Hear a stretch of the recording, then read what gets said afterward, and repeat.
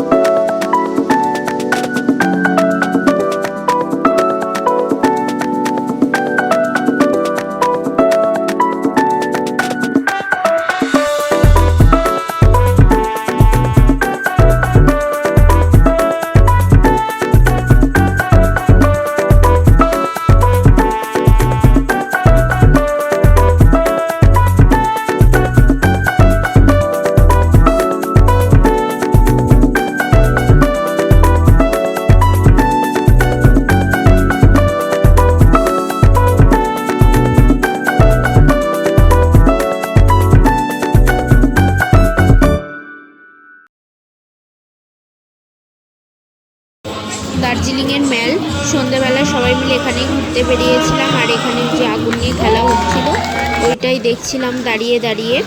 আর প্রচণ্ড ঠান্ডা লাগছিল, খুব ঠান্ডা ছিল, চারিপাশটা কুয়াশা ছিল। যেহেতু প্রথমবার মানে পাহাড়ে আসা, আমার খুব ভালো লাগছিল, খুব এনজয় করছিলাম। পৌঁছে গেছিলাম ওই 12টার দিকে।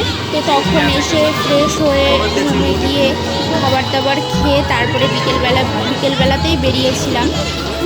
আর সেগুলো তো তোমাদের সাথে শেয়ার করতে পারবো না, কারণ সেই সব ভিডিও নেই। তো সন্ধেবেলা এই যে এইখানটায় দাঁড়িয়ে মেলে সময় কাটাচ্ছিলাম, তো তার কিছু ভিডিও তোমাদের সাথে শেয়ার করছি।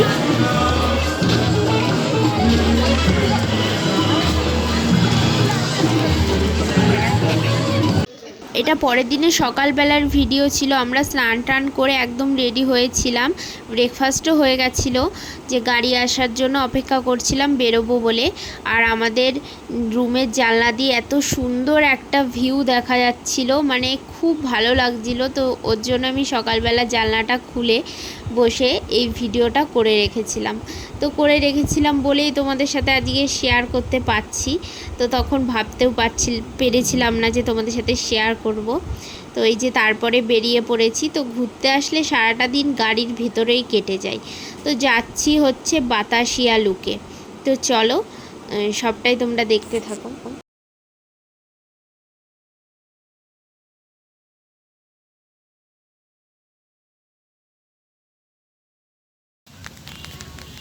मैं देखूं तेरी फोटो।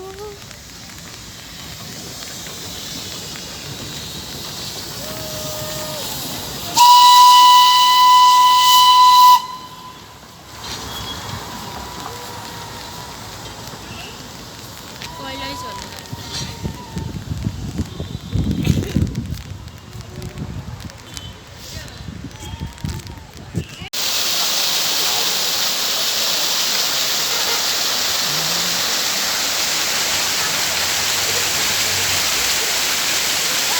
पूजा